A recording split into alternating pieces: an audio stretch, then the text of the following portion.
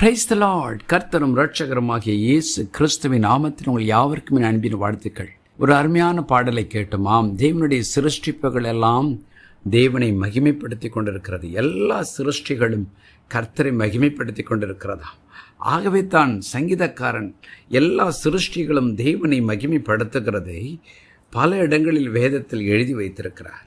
பாருங்கள், 104 சங்கீதம் 10-12 வசனங்களை நான் வாசிக்கிறேன். அவர் பள்ளத்தாக்குகளில் நீரூற்றுகளை வரவிடுகிறார், அவைகள் மலைகள் நடுவே ஓடுகிறது, அவைகள் வெளியின் ஜீவன்களுக்கெல்லாம் தண்ணீர் கொடுக்கும். அங்கே காட்டு கழுதைகள் தங்கள் தாகத்தை தீர்த்து கொள்ளும், அவைகளின் ஓரமாய் ஆகாயத்து பறவைகள் சஞ்சரித்து கிளைகள் மேலிருந்து பாடும். Psalm 104:10-12. He sends the spring into the valleys. They flow among the hills. They give drink to every beast of the field. The wild donkeys quench their thirst.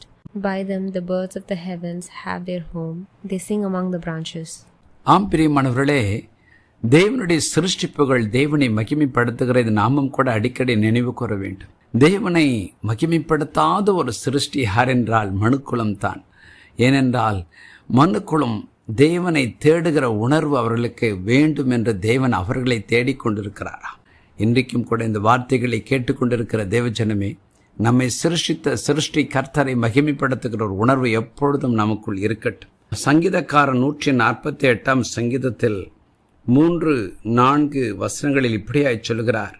சூரிய சந்திரரே அவரை துதியுங்கள், பிரகாசமுள்ள சகல நட்சத்திரங்களே அவரை துதியுங்கள், வானாதி வானங்களே அவரை துதியுங்கள், ஆகாய மண்டலத்திலுள்ள மேலுள்ள தண்ணீர்களே அவரை துதியுங்கள் என்று சொல்லுகிறார்.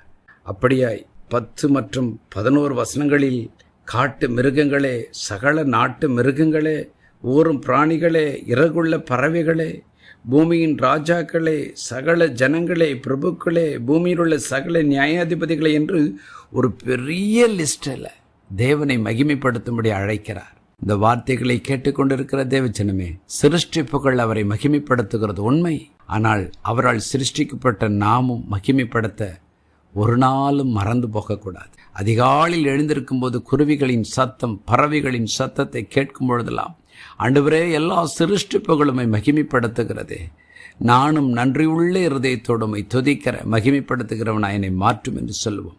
ஆம், தேவன் நம் துதிகளின் மத்தியில் அவர் வாசம் செய்கிறவர். இன்றைக்கு கூட இந்த வார்த்தைகளை கேட்டுக்கொண்டு இருக்கும் பொழுது உங்கள் வாழ்க்கையில் கர்த்தர் செய்த நன்மைகளை ஒன்றன் பின் ஒன்றாக நினைத்து துதிக்க ஆரம்பியுங்கள். அவரை மகிமைப்படுத்த ஆரம்பியுங்கள். சுவாசமுள்ள யாவும் கர்த்தரை துதிக்கிறது என்று வேதம் சொல்கிறது. நாமும் கூட பூமியில் உள்ள நாட்கள் மட்டும், உயிருள்ள நாள் மட்டும் தான் அவரை துதிக்கும் பாக்கியம் இருக்கிறது. ஆகவே அவரை மனதார துதிப்போம். இந்த உலக ஓட்டத்தை முடித்த பின்பு விண்ணகத்திற்கு செல்வோம். அங்கும் அவரை நாம் மனதார மகிமைப்படுத்துவோம். ஜெபம் பண்ணுவோமா? பரலோக பிதாவை, என்னோடு இணைந்து ஜெபிக்கிற ஒவ்வொருடைய வாழ்க்கையிலும் ஒரு துதியின் அபிஷேகத்தை கொடுங்க. தேவனை மகிமைப்படுத்துகிற ஒரு உணர்வுள்ள இருதயத்தை தாங்க. உதடுகளின் கனியாகிய ஸ்தோத்திர பலியை எப்பொழுதும் தேவனுக்கு செலுத்தும் ஒரு வாழ்க்கையை தாங்கப்பா. சிருஷ்டிப்புகள் எல்லாமே மகிமைப்படுத்துகிறது. காட்டிலுள்ள மிருகங்கள், நாட்டிலுள்ள மிருகங்கள், நட்சத்திரங்கள், சூரியன், சந்திரன், இப்படி ஆண்டவரே பறவைகள், மிருகங்கள், மீன்கள் எல்லாமே மகிமைப்படுத்துகிறதே அப்பா. அவைகளோடு நாங்களும் இணைந்து உம்மை மகிமைப்படுத்தி உம்முடைய நாமத்தை உயர்த்த எங்களுக்கு கிருபை தாரும். நன்றி உள்ளவர் வாழ்க்கை வாழ்ந்து எங்கள் வாழ்க்கையும் மற்றவர்களுக்கு ஆசீர்வாதமாக மாற எங்களை ஒப்புக் கொடுக்கிறோம். இயேசுவின் நாமத்தில் பிதாவே, ஆமென்.